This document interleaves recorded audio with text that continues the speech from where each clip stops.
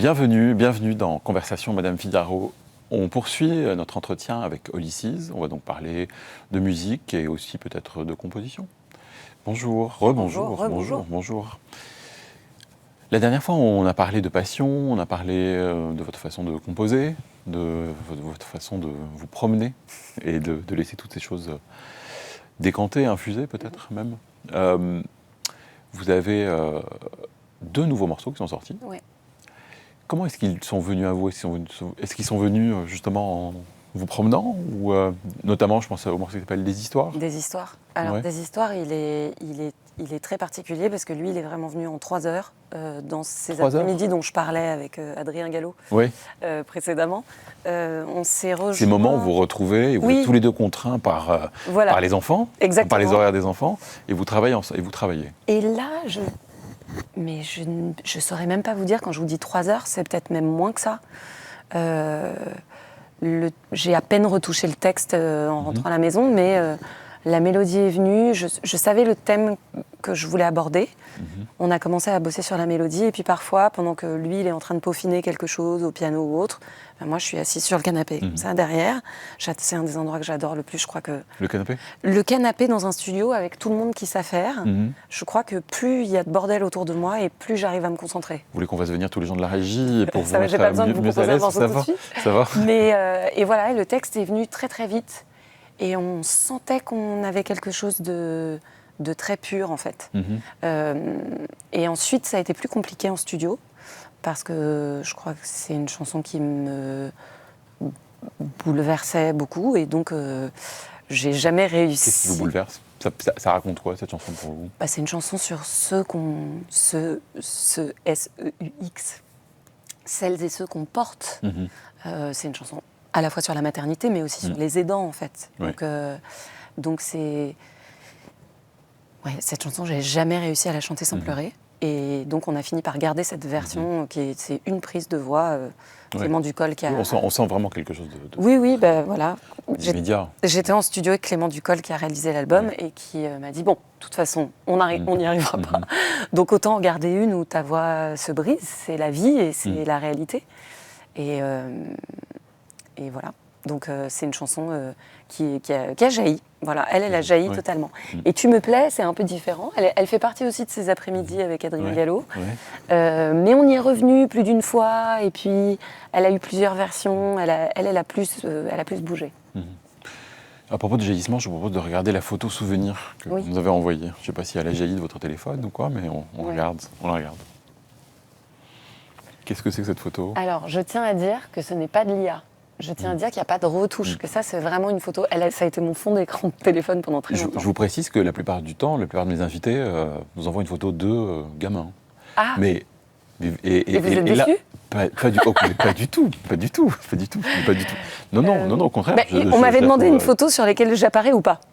Absolument. Mais quelle est cette photo? Qu'est-ce que ça évoque? C'est un lever de lune dans la ville de Matera, en Italie, au sud de l'Italie. Matera est une des plus vieilles villes de l'histoire. D'Europe, je crois. Oui, même je crois du monde. Elle a 3000 ans, un truc comme ça. Je ne veux pas dire de bêtises, mais enfin, il faudra vérifier. Et c'est il y a quelques années, il y a 3 ans, je dirais. Ouais, c'est il y a 3 ans. L'été, il y a 3 ans. Et après ce retour en Italie, où ma grand-mère maternelle, dont je vous ai parlé plus tôt, elle était italienne, je suis retournée beaucoup en Italie. Et en rentrant de ce voyage, je me suis remise à écrire énormément. Et pour moi, c'est un peu ce lever de lune, c'était un peu le début de cet album. Ah oui? Ouais, les choses ont commencé à cet été-là où j'ai passé beaucoup de temps en Italie, où j'ai eu la chance d'aller aussi à Stromboli, et d'être avec les éléments, avec le volcan, avec cette photo qui est folle. À chaque fois que je la regarde, j'ai l'impression que c'est un tableau, quoi. C'était un lever de lune très puissant, je sais pas, il y a quelque chose des éléments. Avec votre fils, j'imagine? Non, pas du tout. Pas du tout. J'étais seule pour la première fois. Depuis sa naissance. Et oui, tout à fait. Et voilà, en rentrant, je me suis remise à écrire énormément. Et il y a beaucoup d'Italie dans mon album, donc en fait, c'est aussi pour ça que j'avais envie de vous donner une photo qui parlait de l'Italie. Ouais. Votre album devrait sortir en début d'année prochaine, Oui. si j'ai bien compris. D'ici là, vous allez faire des concerts à la Maroquinerie. On a vu, on a l'affiche, cette affiche assez impressionnante. Qu'est-ce qui vous a donné envie de faire cette affiche? Quel est Alors, cette photo fait partie de toutes les photos qui découlent de l'album. Oui. J'avais très envie de raconter le temps qui est passé, Oui. et donc d'avoir des cheveux très très très très longs, parce que l'imagerie de mon projet d'Olysses depuis toujours, c'était des cheveux courts, blonde platine. Or, le temps est passé, mes cheveux ont beaucoup poussé, et je voulais raconter ça, le temps très long. Donc il y a un côté réponse dans sa tour bloquée, mais aussi il y a quelque chose de la féminité aussi, de Avatar. Elle accroche sa tresse à la nature, et d'un coup elle a des pouvoirs incroyables. Donc voilà, et cette photo-là, c'était un petit clin d'œil aussi à une pochette d'album que j'adore de Janet Jackson, de son album Janet, et où on ne voit que ça, mais en fait quand on déplie l'album à l'époque, quand on ouvrait le CD, elle avait des mains sur les seins. Donc il y avait un peu de ça aussi. Et puis, comme la première prise de parole c'était du live, j'avais envie qu'il y ait quelque chose d'assez frontal. Les lives que j'ai faits, ils ont toujours été assez rock. Vous allez faire du live comme ça? Alors non, je devrais dire oui, ça va être sold out tout le temps. Non, mais en fait j'aurais l'impression d'être à nu quand même. Quand on monte sur scène, on est à nu. La photo me fait penser aussi à cette légende, enfin à cette histoire, vous voyez, de Godiva, Lady Godiva, qui était condamnée à se promener sur un cheval en ville, nue. Et en fait, elle laissait pousser ses cheveux pour cacher son corps. Est-ce qu'il y a aussi ça, cette idée de montrer son corps, mais sans le montrer? Exactement, j'avais pas du tout pensé à Lady Godiva, c'est incroyable. Oui, en fait, moi je vois. C'est drôle parce que moi je vois pas la nudité. Et c'est quand j'ai envoyé l'affiche à mon tourneur, qui est donc mon producteur de tournée depuis toujours, il m'a appelé, disant mais comme ça je le sentais un peu gêné, mais c'est quand même très nu. Et moi je voyais pas la nudité. Moi je voyais la force en fait. Et lui il voyait la vulnérabilité. La force de quoi? La force du corps? La force du fait de montrer son corps? La force du corps, la force de l'attitude, il y a quelque chose de j'ai rien à cacher, en fait. Mais qui est. Je pense que la danse a fait que j'ai un rapport à la nudité extrêmement différent. Mon corps est un véhicule, est un outil de travail.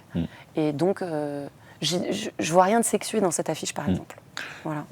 Sans parler de sexué ou de ces thématiques-là, dans la première partie de notre conversation, vous nous avez raconté ce moment où un directeur de casting vous dit que vous êtes trop volontaire. Un réalisateur. Ouais. Et que ça a déclenché des choses derrière. J'ai l'impression que ça mène aussi à ça. Et que cette photo, elle est aussi extrêmement volontaire. C'est vous qui vous montrez, avec cette attitude aussi, de les bras levés, le menton relevé. Est-ce que c'est ça? Est-ce que c'est assumer quelque chose qu'on a peut-être pu vous reprocher? Oui, bien sûr. Et en même temps, c'est quelque chose qui m'a fait défaut, parce que je me répète un peu, parce que je parle souvent de ce concert-là, mais j'ai fait un concert quand j'étais pas encore signée en maison de disque au Transmusical de Rennes, au bar en trans, et où je pensais jouer dans un bar avec des mecs bourrés et y aller très rock'n'roll, et je suis arrivée dans une espèce de salle de séminaire avec des gens avec des Blackberry, enfin voilà, ça vous dit, d'un temps que les moins de 20 ans ne peuvent pas connaître, et où il y avait en fait toutes les maisons de disques de Paris. Et j'ai été très mauvaise. J'avais pas de voix, rien n'allait, on a eu plein de problèmes techniques et tout. Et je me suis, au fur et à mesure, complètement déconfite comme ça.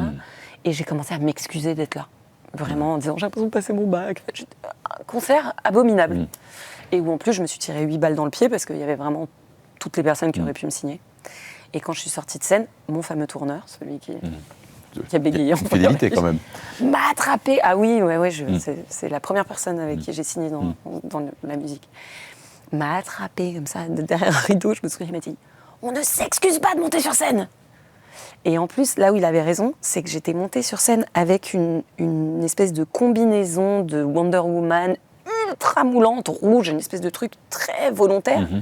Et j'étais d'un coup toute petite dans cette toute petite combinaison beaucoup trop grande pour moi, quoi. Et il m'a dit, tu montes sur scène, quoi qu'il arrive, un projo te tombe sur la gueule, tu ne t'excuses pas d'être là. Sinon, tu montes pas sur scène. Et en fait, ça m'a permis ça des années plus tard. Et surtout, ça m'a permis, en festival, après, quand je suis arrivée parfois devant des publics pas totalement acquis, de me dire, bon, je lâche rien, ok, c'est pas grave, maintenant que je suis montée sur scène, maintenant j'assume, je suis là. Vous allez aimer ce que je fais, vous allez voir. J'ai pas toujours gagné, mais au moins, je suis sortie la tête haute.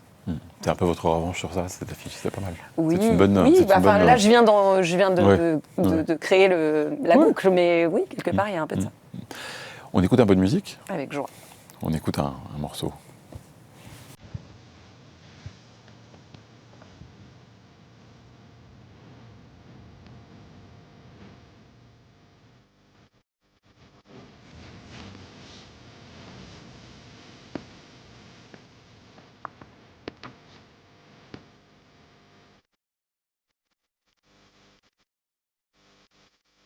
Là, c'est pas le péter, hein. Est-ce que vous reconnaissez ? Maintenant, j'ose plus rien dire. Mais pourquoi ? Parce que je me suis complètement plantée sur les inédits. Mais je reconnais la voix de Prince ou non. Je suis complètement à côté de la... Non, c'est dramatique. C'est pas Prince. On pourrait croire à Prince, je veux bien vous l'accorder. On dirait l'album de Prince, A Man and a Piano, il a cette voix-là. Non, c'est pas Prince, c'est Marvin Gaye. Ah oui. C'est un morceau qui s'appelle... Vraiment, je sais... C'est un morceau qui s'appelle Funky Space Reincarnation, qui est extrait d'un album double qui s'appelle Here My Dear, qui est son album du divorce.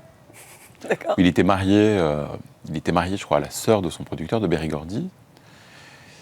Une histoire comme ça, et il devait donner tous les bénéfices de son prochain album, et il a fait un double album, donc un truc invendable, mais qui est un de ses plus beaux disques, et qui est vraiment un disque qui s'appelle Here My Dear, voilà ma chère, qui est vraiment un disque sur la séparation, le divorce, et qui est une façon aussi de clore une histoire d'amour. Ouais. Est-ce que la musique, c'est une façon pour vous de raconter vos amours, de les clore, de les commencer, de mener, de commenter, d'être dans ce récit-là? Complètement, et voire même, parfois, ça permet de se réapproprier la narration. Quelque chose d'inachevé, j'écris une chanson, et cette chanson, d'un coup, elle existe avec la narration que j'aurais voulu, ou les choses que j'aurais voulu dire, ou ça permet d'éviter les regrets, quelque part. Et oui, clairement, pour moi, c'est dans ce sens-là la thérapie. C'est pour se réapproprier la narration de quelque chose. Et cet album-là, en particulier, il parle beaucoup de désir, il parle beaucoup de retour du désir, retour d'essence. Il clôt des chapitres aussi. Oui. Et oui, c'est sûr que la chanson, pour moi, ça a été très souvent des messages parfois subliminaux, parfois beaucoup plus frontalement. Mais oui, bien sûr. Se réapproprier la narration, c'est aussi reprendre, reprendre le contrôle, en fait. Le contrôle même de l'histoire, ou même le contrôle de la relation, au-delà même de l'histoire et du récit. C'est un peu ça. Oui. Est-ce que le fait de... Vous avez parlé que vous êtes une maman solo. Est-ce que ça affecte l'amour ? Est-ce qu'il y a ça aussi derrière cet album, c'est-à-dire d'arriver à raconter un peu plusieurs facettes d'une même vie? C'est sûr que ça demande d'être extrêmement pluriel. Mais c'est ça qui est intéressant, on devient des êtres de plus en plus complexes, de plus en plus... J'ai vraiment l'impression que plus on avance et plus on est une boule à facettes, quoi. Il y a de plus en plus de facettes, la facette est de plus en plus grande. Les facettes sont... Voilà, la boule grandit, il y a de plus en plus de facettes et c'est ça qui est intéressant. Puis ce que j'aime bien aussi dans la boule à facettes, c'est qu'il y a quelque chose du miroir brisé, mais qu'on recolle. Oui. Donc c'est un peu boule à facettes Kitsungi, quoi. Vous aimez bien vous voir un peu diffracté, un peu comme ça? Non, j'ai un titre dans mon album qui s'appelle 1000 morceaux et qui parle du cœur en 1000 morceaux. Et c'est un titre... je peux même pas dire que j'ai écrit avec Ben Mazué, c'est carrément un cadeau de Ben Mazué. Et j'ai juste rajouté une chose dedans, c'est-à-dire que lui, c'est ce qu'il a ressenti quand on s'est rencontrés. Voilà, c'est que je devais avoir le cœur en 1000 morceaux. Et j'ai juste rajouté quelque chose... C'était que j'ai accepté que mon cœur explose, j'ai accepté qu'il explose. et pour que chaque éclat se déploie et laisse fleurir un peu de moi. Donc pour moi, j'aimais bien l'idée du cœur qui explose, mais ensuite ça devient presque de l'engrais pour autre chose. J'ai pas écouté tout votre album, parce que je n'ai vu que quelques morceaux. Il y en a un qui m'a beaucoup frappé, c'est un morceau avec des machines. Ah, vous avez eu le bruit des machines ? Le bruit des machines. Oui. C'est un morceau où vous chantez presque seul. Enfin, il y a un peu de bruit derrière, il y a des petites choses qui arrivent vers la fin. Mais c'est un morceau qui m'a beaucoup touché, à tel point que je n'ai pas beaucoup osé le réécouter. D'accord. Tellement je l'ai trouvé... Vous êtes parent vous-même ? Je suis parent moi-même. Alors, c'est un morceau très particulier parce que c'est un morceau dans lequel les bruits que vous entendez, c'est le bruit des machines de l'hôpital et le cœur de mon enfant et sa respiration. Et voilà, c'est peut-être le titre le plus intime de l'album. C'est extrêmement intime. Mais c'était aussi une manière justement de reprendre le contrôle du narratif. C'est-à-dire que d'un coup, d'une épreuve innommable, on crée du beau. Et on crée quelque chose de tout ça et on en fait quelque chose, on en fait une chanson, on en fait une comptine, parce qu'en fait c'est un peu une comptine. Oui. Et pour être très honnête, en fait c'est le premier morceau que j'ai écrit, parce que je l'ai écrit quand j'étais à l'hôpital, celui-ci. C'est celui que je chantais à mon enfant. Au milieu de ce brouhaha. Vous nous l'avez dit qu'il est né prématuré. Voilà. Au milieu de ce brouhaha, le son c'était comment créer de la beauté au milieu de ce marasme constant. On écoute un morceau. On va écouter. Moi je ne dis plus rien, vraiment.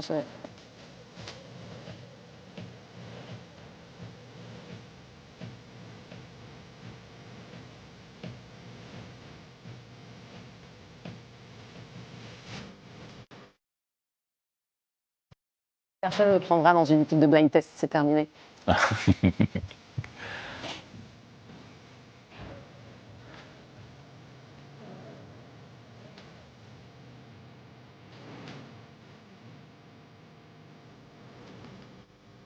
J'ose pas rien dire. Essayez. Je ne dis plus rien. Mais si, essayez. Je suis sûr que vous l'avez.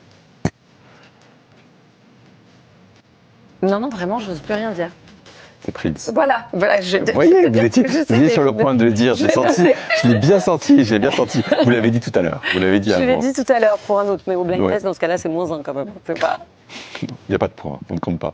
C'est Prince, c'est un morceau qui s'appelle Something in the Water Does Not Compute. C'est un morceau de l'album 1999. Ouais. Comment est-ce que Prince compte pour vous ? Est-ce qu'il compte pour vous ? Il compte pour moi. Il semblerait que je le confonds avec Marvin Gaye. Mais non. C'est déjà ça. C'est déjà ça. Non, il compte pour moi, mais beaucoup plus tard dans ma vie. Parce que moi, j'étais beaucoup plus Michael Jackson à l'époque. Parce que la danse. Donc en fait, j'ai été happée par l'image avant de comprendre la musique de Prince. Et Prince, au fur et à mesure, je crois que quand j'ai été en âge de commencer à comprendre, je me suis dit mais comment je suis passée à côté en fait, comment j'ai pas compris le génie musical que c'est. Et je parlais tout à l'heure de cet album qui s'appelle Mic and a Piano, qui est un album acoustique live, il me semble, qui a du retour. Tout à fait, Et c'est là qu'on voit encore plus le génie, parce que il y a certaines prods de Prince qui ont un tout petit peu vieilli aujourd'hui, qui sont très marquées dans le temps, et c'est difficile de se remettre dans le contexte de quand il a fait ça, c'était extrêmement visionnaire. Mais d'un coup, quand on l'entend seul, déjà il a cette voix hallucinante, et puis voilà, on parlait de passion. Son corps entier est dédié à la musique. C'est incroyable de voir quelqu'un de... Je vais comparer à quelqu'un d'un peu inattendu, mais je ressens ça avec Camille aussi. Oui. Camille, elle a tous les pores de sa peau qui sont musique. Et ben chez Prince, il y a ça aussi, que tout était musique. Je pense que lui, il n'avait pas besoin de marcher pour créer. Il créait non-stop. Il était multi-instrumentiste. Je crois qu'il n'y a pas un morceau sur lequel il ne joue pas tous les instruments quasiment. Et en plus de ça, la vie nous a offert cette chose merveilleuse. Moi, une de mes chansons préférées des Beatles, c'est While My Guitar Gently Weeps. Oui. Et il existe un live dans lequel c'est lui qui fait ce solo, quoi. Il fait le solo, et c'est extraordinaire. Oui, un solo très long, comme ça, très beau. Et on le voit beaucoup. C'est magnifique. Sur les réseaux sociaux, comme étant un des solos les plus beaux, les plus réussis. Il est tellement habité, quoi. While My Guitar Gently Weeps, qui est un morceau de George Harrison, de l'album blanc des Beatles. Quand je dis ça des Beatles, j'ai un peu honte qu'un de mes préférés, c'est celui de George Harrison. Pourquoi Parce qu'on est censé avoir des chapelles dans chez les Beatles. Disons-le entre nous, George Harrison était le meilleur des Beatles.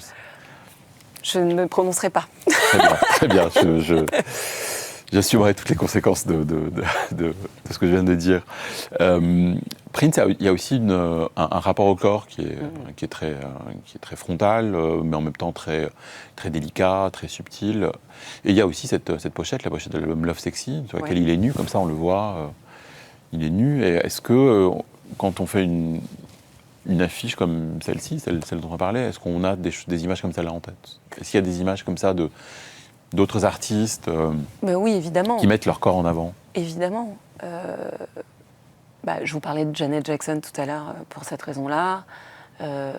Prince, son rapport au corps, il est extraordinaire aussi parce qu'il avait quelque chose de très très féminin. Il était extrêmement féminin, extrêmement animal aussi.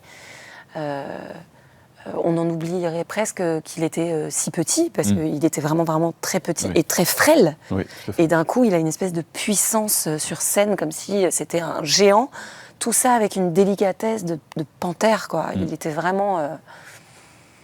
des images, moi, je suis beaucoup allée chercher plutôt dans la peinture et dans la Renaissance italienne, beaucoup de Botticelli, la naissance de Vénus, qui m'a obsédée, je ne sais pas pourquoi, pendant toute l'écriture de cet album.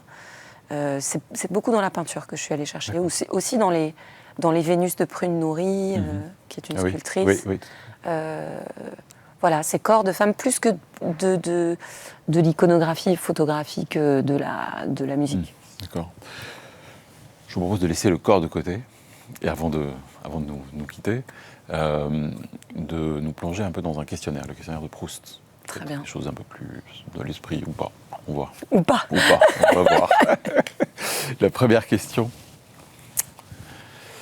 La couleur que vous préférez?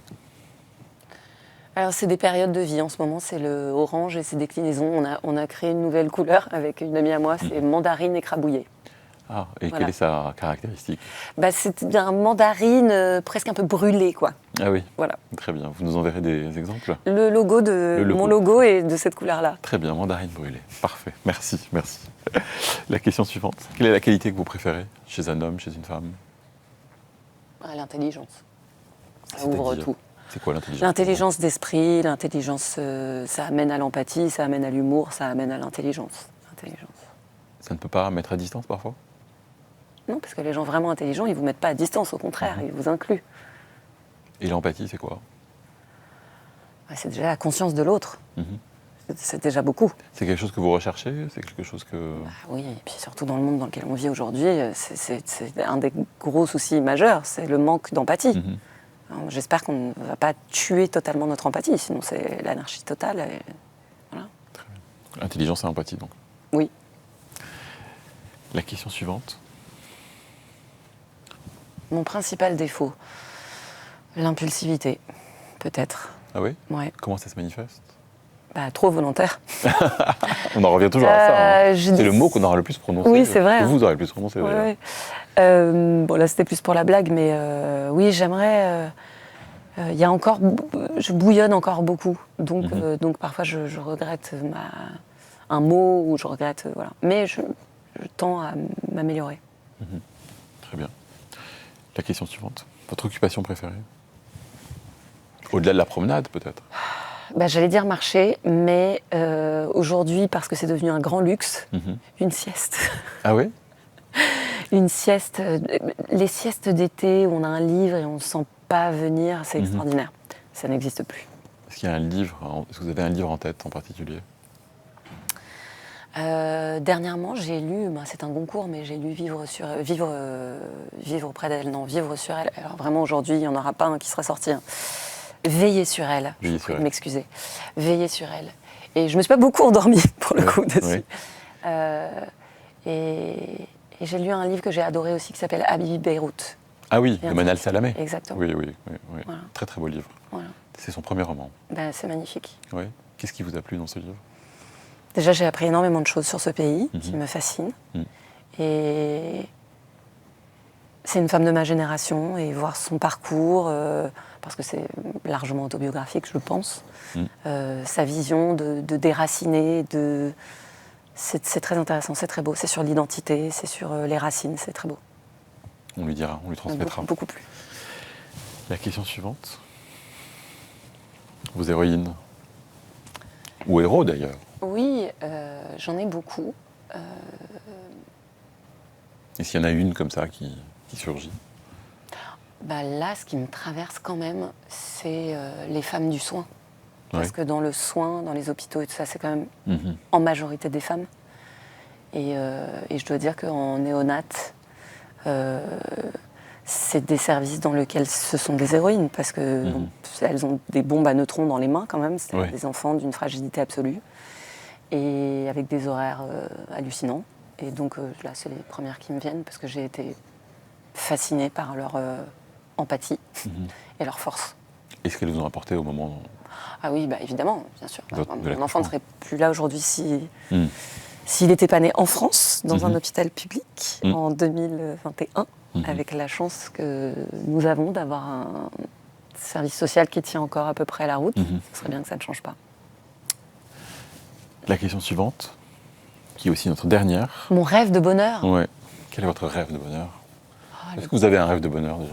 Le rêve de bonheur, franchement, c'est une bonne santé le plus longtemps possible, pour moi et ceux que j'aime. Parce qu'après, tout est possible. Quand on est en bonne santé, j'adore cette phrase qui dit... Enfin, j'adore.